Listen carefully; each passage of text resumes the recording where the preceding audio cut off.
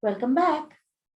So today, as I told you, we'll be looking into the tuple implementation part on the Jupyter Notebook side. Okay.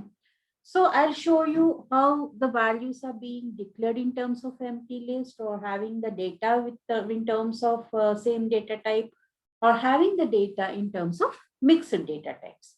Apart from that, we will see nested tuples, like tuples within the tuples and all. Okay. So it is going to be an interesting part. Okay, but I expect you to do some own assigning some own set of values, try playing with those values and see how the things work in the tuple data type. Okay, so if you see here this part, t is equal to empty. Okay, t is equal to empty. This is nothing but this is how normally we declare a empty tuple. Okay, so once you declare, this is how normally we are going to declare an empty tuple.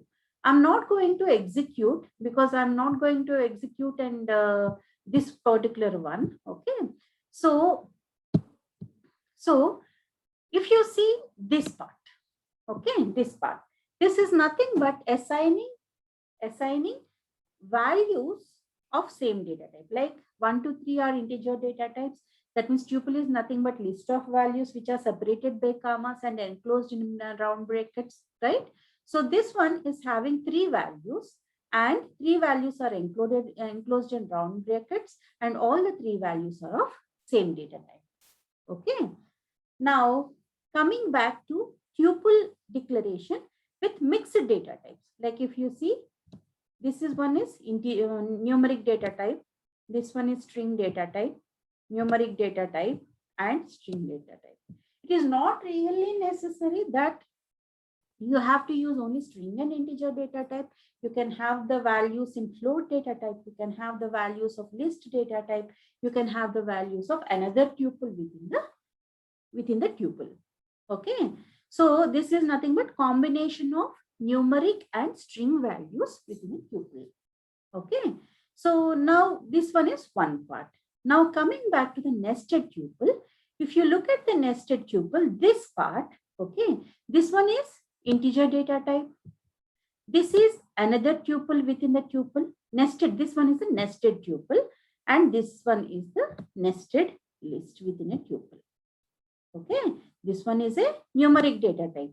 This one is tuple within a tuple, tuple within a tuple. This is nested tuple. What you have seen is a nested tuple, and this is going to be a list data type within a tuple. Okay, so let's see how the things work here. Okay, so I'll show you how to execute them. Okay, so I'll just start from here. Okay, so if you see, I'm just going to copy this and I'm going to paste this part. Okay, so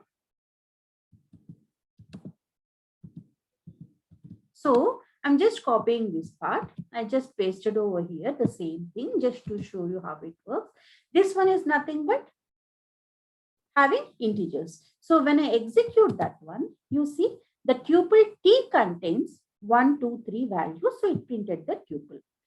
Now I'm taking another one, which is nothing but mixed data types. Mixed data types like numeric values and strings. Okay, I'll assign with a different variable name.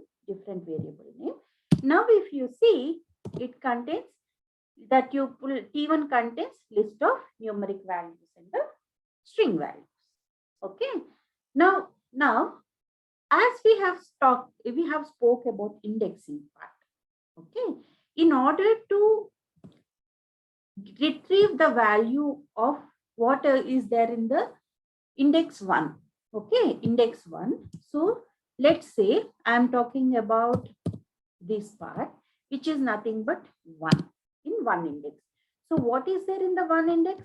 If you see, the value is 2, right?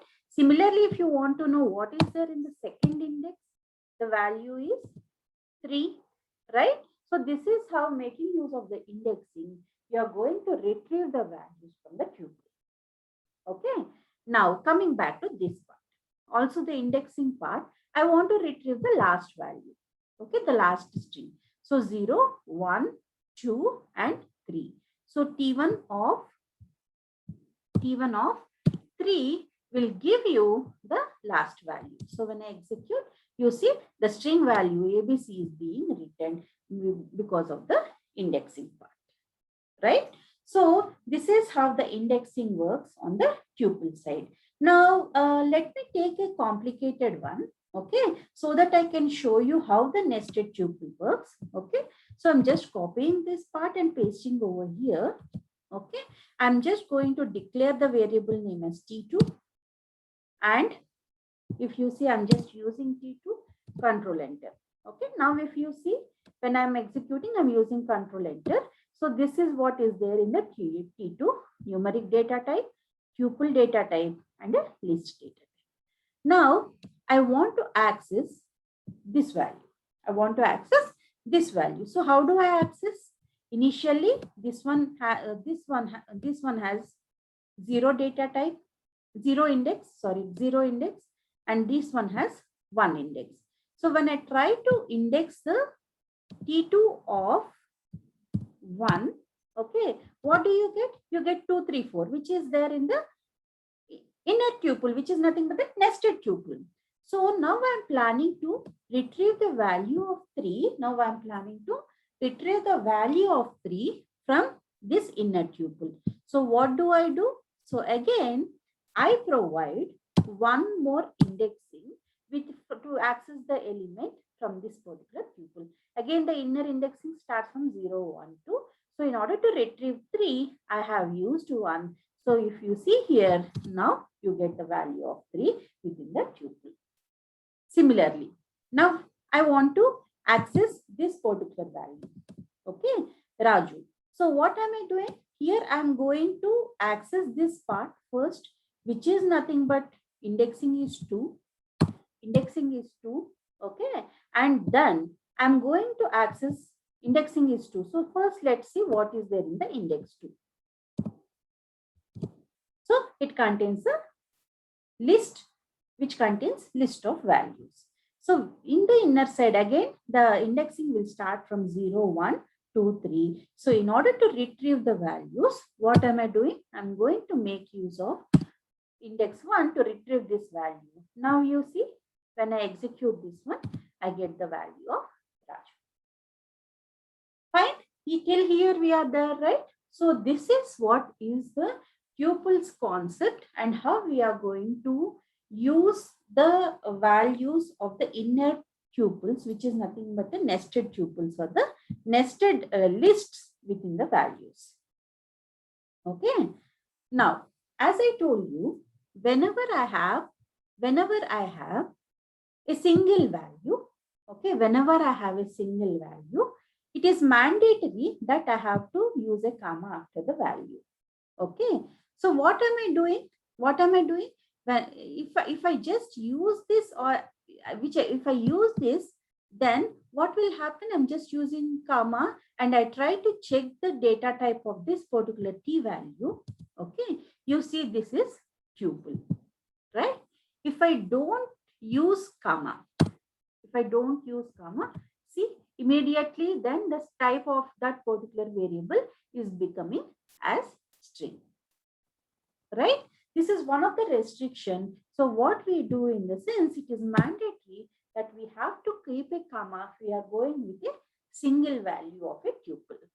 Okay. So now if you see again, now it is being converted to tuple. Fine.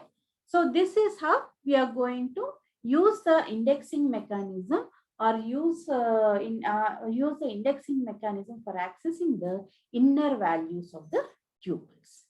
Okay, I hope you have understood the concept.